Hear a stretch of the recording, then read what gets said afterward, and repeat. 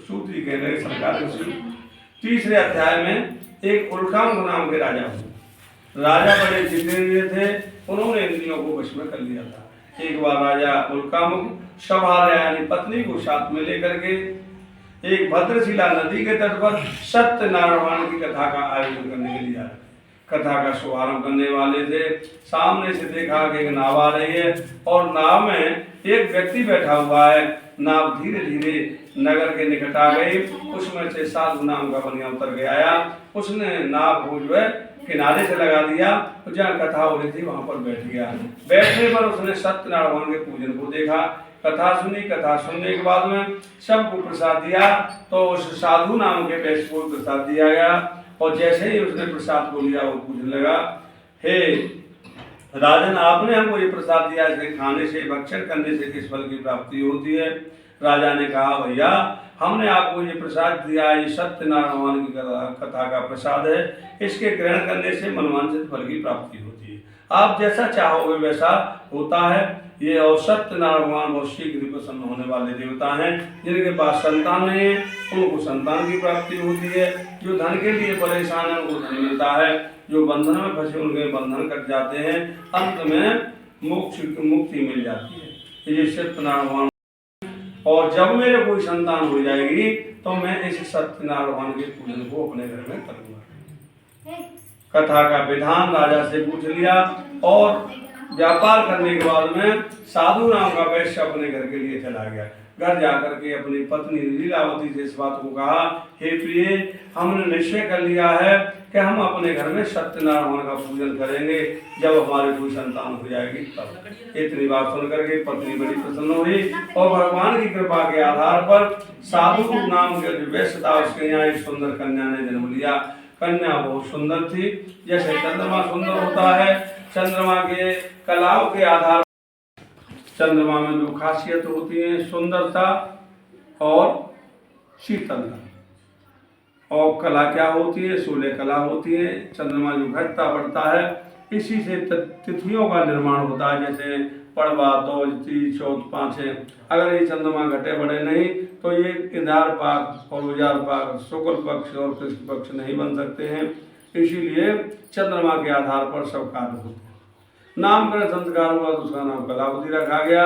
और नामकरण संस्कार हो जाने के बाद पत्नी ने कहा, पतिदेव, आपने जो संकल्प लिया था कि जब हमारे कोई संतान होगी तो हम कथा को करेंगे, हमारे यहाँ कन्या ने जन्म लिया है, हमको संकल्प जो पूर्ण कर देना चाहिए, सत्यनारायण की कथा करनी चाहिए।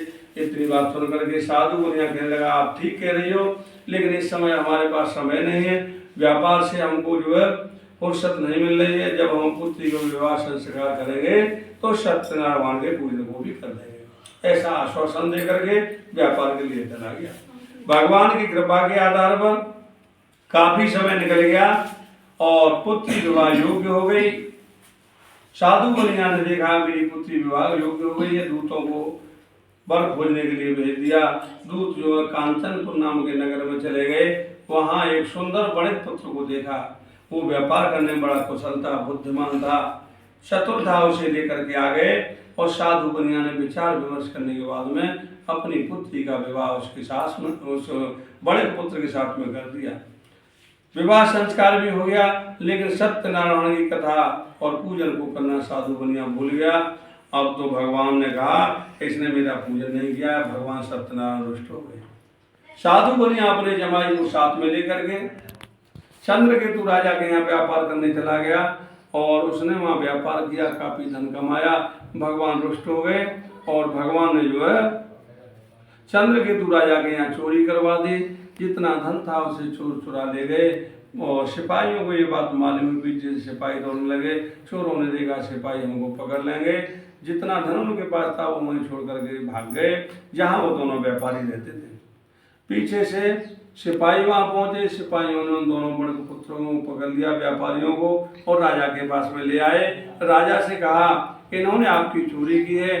राजा ने कहा इन्होंने हमारी चोरी की है तो इनको जेल खाने में डाल दिया जाए, कठोर कारावास की सजा दी जाए। अब तो जेल खाने में पड़ गए। जेल खाने में पड़ने पर उनको भगवान की याद आई और कह रहे प्रभु आप न्यायकारी हो, आपने हमारे साथ में अन्याय किया है। हम तो व्यापार करते थे, लेकिन हमको जो है राजा ने जेल में डाल दिया है, हमको यहाँ से किसी तरीके से निकालो। भगवान ने कहा, अरे मूर्खो, आपने हमसे बार बार झूठ बोला है, इसलिए आपको ये कष्ट मिला है। घर जाकर के सत्यनारायण के पूजन को करना।